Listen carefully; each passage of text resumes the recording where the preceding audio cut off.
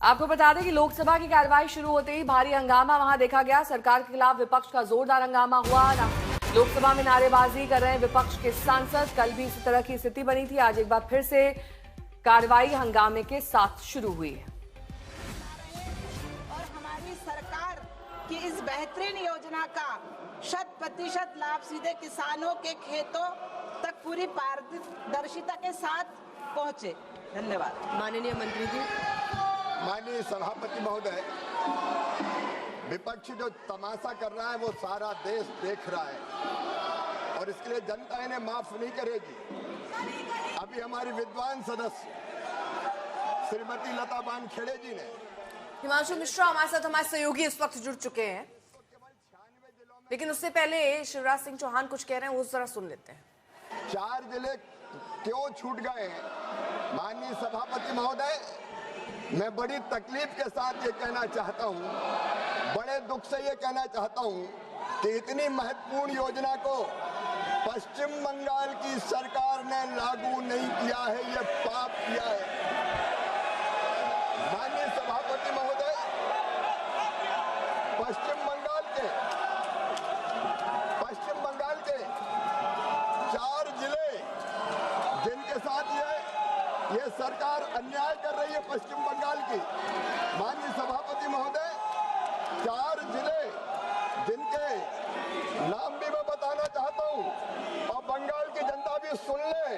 पुरुलिया, दार्जिलिंग, अलीपुरद्वार, झारग्राम, ये 4 जिले हमने प्रधानमंत्री कृषि धन धान योजना में सम्मिलित किए थे और ये जिले इसलिए सम्मिलित किए थे, ये बंगाल के इन जिले के गरीब किसानों की इन जिलों में उत्पादन बढ़ाया जा सके, उत्पादन की लागत घटाया जा सके, सिंचाई सुविधाएं बढ़ाई जा सके, ऋण के प्रवाह को बढ़ाया जा सके, प्रवाह को बढ़ाया जा सके। लेकिन शर्म आनी चाहिए पश्चिम बंगाल की सरकार को, उन गरीबों को, उन किसानों को इस लाभ से वंचित करने का पाप किया है। पाप ये यहाँ चिल्ला रहे माननीय सभापति महोदय।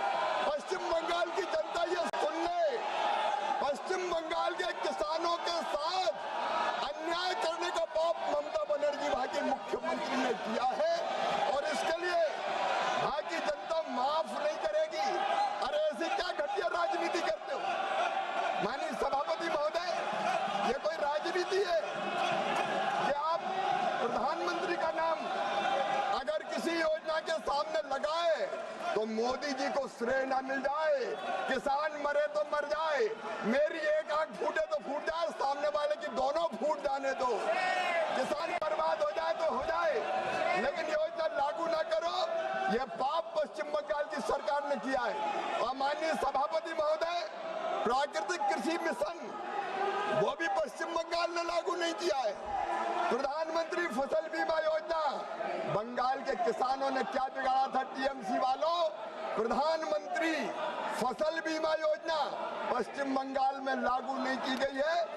ऐसी कई योजनाएं केंद्र सरकार की जो पश्चिम बंगाल की सरकार ने। मेरे सहयोगी जुड़ गए हैं तमाम जानकारी के साथ। हिमांशु, आज विपक्ष के हंगामे और नारेबाजी का क्या मुद्दा है? देखिए, सबसे बड़ा मुद्दा विपक्ष का ये भी है कि वेस्ट एशिया में जो कुछ चल रहा है उसको लेकर विदेश मंत्रालय ने जो स्टेटमेंट दिया था उस पर पूरी चर्चा हो जाए और इसीलिए हंगामा हो रहा है। लेकिन जो हमारे को सूत्रों के हवाले से जानकारी मिली है कि 12 बजे के बाद जो है सदन की कार्रवाई जो है वो सुचारू रूप से चलेगी और जो स्पीकर के खिलाफ अविश्वास प्रस्ताव है उस पर जो है वो वोटिंग भी होगी और उस पर चर्चा भी होगी और चर्चा के दौरान जो है चर्चा का अंत में जो है जवाब जो है वो गृह मंत्री अमित शाह देंगे। लेकिन सदन के अंदर जो है लगातार विपक्ष इस चीज को लेकर मांग कर रहा है कि वेस्ट एशिया में जो कुछ हो रहा है, गल्फ कंट्रीज में जो भारत के लोग फंसे हैं, नागरिक फंसे हैं, उनको कैसे लाया जाएगा और उनको किस तरीके से जो है वो मदद वहां पे दी जा रही है। ठीक है, बहुत बहुत शुक्रिया इस तमाम जानकारी के लिए आपका। उधर देखिए, अब युद्ध की अगर खबरों पर जाएं तो पुतिन और ट्रंप के बीच टेलीफोन पर बातचीत हुई है जिसमें दोनों नेताओं ने पश्चिम एशिया में मौजूद हालात पर चर्चा की। लेकिन उससे पहले आपको लिए चलते हैं इस वक्त सदन में क्या बोल रहे हैं निशिकांत। और जो माननीय प्रधानमंत्री जी का मिशन है कि किसानों की आय को दोगुना करें, वो लगातार जो है उसमें भारत सरकार काम कर रही है। मेरा आपके माध्यम से मंत्री महोदय से आग्रह है या प्रश्न है कि 2014 के बाद से 2016-26 तक आज 12 साल में भारत सरकार ने कौन सी ऐसी योजना बनाई जिसके कारण खाद्यान्न का उत्पादन लगातार बढ़ रहा है, क्षेत्रफल बढ़ रहा है और किसानों की आय जो है वो दोगुनी हो रही है। माननीय मंत्री जी। माननीय सभापति महोदय, हमारे जुझारू माननीय सदस्य निशिकांत दुबे जी ने एक बहुत महत्वपूर्ण सवाल पूछा। प्रधानमंत्री श्रीमान नरेंद्र मोदी जी के नेतृत्व में हमारी सरकार ने 3 बड़े लक्ष्य तय किए हैं।